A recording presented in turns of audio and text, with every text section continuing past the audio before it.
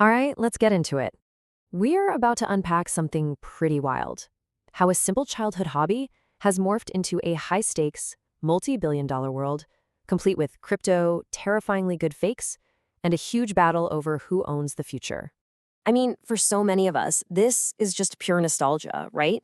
You can almost feel the card in your hand. You remember the excitement of trading in the schoolyard.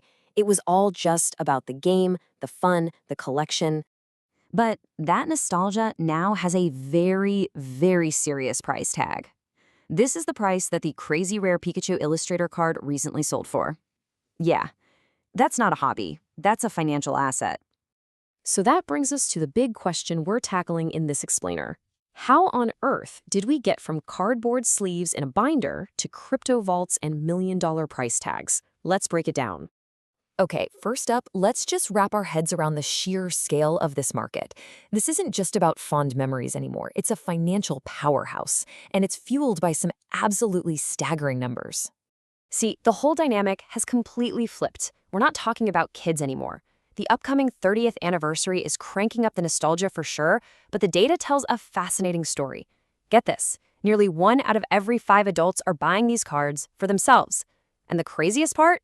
Most of them, only about a quarter, are even playing the game. The value isn't in the play anymore, it's in the investment. And if you think that's just a feeling, look at the money. The entire trading card game market is on track to hit over $8 billion by 2025, and it's projected to double within a decade. This is not a niche hobby, folks. This is a serious global industry. And the demand is it's going vertical. In just over a year, Walmart's online marketplace saw a 200% explosion in trading card sales. And that's happening everywhere. The boom is real, and it is undeniable. So, you've got this massive, booming market for physical cards. But here's where things get really interesting. The true revolution, the thing that's changing the whole game, is the tech. Specifically, how blockchain is turning these little pieces of cardboard into fully digital assets. So, this whole thing hinges on one key concept, the real-world asset, or RWA. What is it?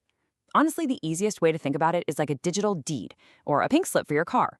You own the token on the blockchain, and that token is ironclad proof that you own the real physical thing it's connected to, whether that's a house, a piece of art, or, you guessed it, a Pokemon card.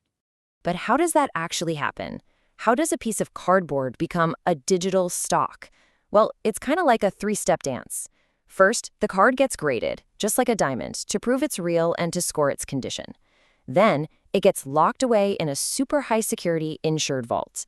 And finally, a unique digital token gets created on the blockchain.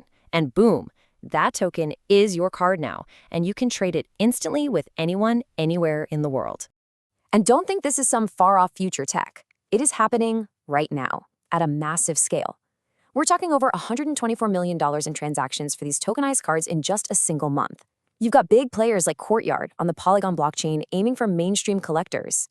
And on the flip side, you have crypto-native platforms like Collector Crypt on Solana building these wild gamified experiences for hardcore traders. It's a brand new arena, and it is growing incredibly fast. Okay, but it's not all sunshine and rainbows. This new digital frontier, well, it's kind of like the Wild West. For every problem it seems to solve, it introduces a new, and sometimes even more complicated risk. Here's a perfect example. To fight counterfeits, companies started embedding NFC chips, the same tech you use for Apple Pay, right into the plastic cases. The idea was brilliant, a foolproof digital passport for your card. The problem? The counterfeiters are just as smart. They quickly figured out how to clone the chips. So now a fake card can digitally scream, "I'm real," when you scan it. The solution became a brand new weapon for the bad guys. And the fakes themselves, oh my gosh, they are getting terrifyingly good. We're not talking about blurry, off-color knockoffs anymore. We are talking about super fakes. These things are made with nano-textured foils that perfectly mimic the real shine. They use special ink that can only be detected with lab-grade scientific equipment. The technological arms race here is absolutely escalating. But here's the twist I did not see coming. The culture around fakes is actually changing. For a growing number of people, buying a really high-quality fake isn't a scam anymore. It's a conscious choice. It's almost like a rebellion against a luxury market that they feel has priced them out. It's a way to be part of the culture without having to be a millionaire. So if you're an investor, you're kind of stuck, right? You face this clear dilemma. Tokenizing your card makes it super easy to sell and gets rid of the risk of someone stealing it from your house. But you swap out those old risks for a whole new set of digital dangers. You've got counterparty risk. What if the company with your card in their vault goes bankrupt? You've got smart contract risk. What if a hacker finds a bug in the code? And on top of all that, the regulations around this stuff are a total mess.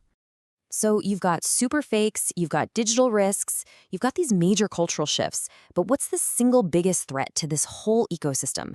The one thing that could bring it all crashing down? It's probably not what you're thinking. It's the companies that hold the intellectual property. The Pokémon Company, Hasbro, they are the final boss in this game. At the end of the day, they hold all the cards, literally. And this is where it gets really wild. Check out this paradox. Publicly, the Pokémon Company has gone after unofficial NFT projects with lawsuits.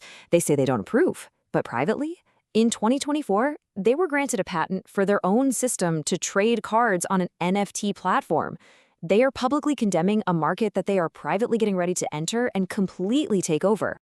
And all of this brings us to our final and, honestly, the most important part of this whole story. Because this was never really just about Pokémon cards. It's about the future of everything that we own. You know, the current frenzy, these crazy million-dollar sales, all the hype, it's easy to get distracted.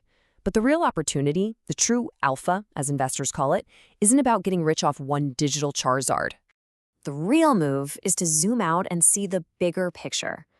This entire chaotic, high-risk market is basically one massive, real-world experiment for something much, much bigger. Think about it. Pokémon cards are the perfect beta test. They've got the culture, the scarcity, and a super passionate community. The entire infrastructure being built right now to grade them, vault them, insure them, and trade them on a blockchain, it's the exact same plumbing that will one day be used for real estate, for fine art, for private equity. We're talking trillions of dollars of assets. And that's really the thought I want to leave you with. This isn't the end of the story, it's the proof of concept. If a simple piece of cardboard can be turned into a secure, instantly tradable global asset, what can't be? What's next?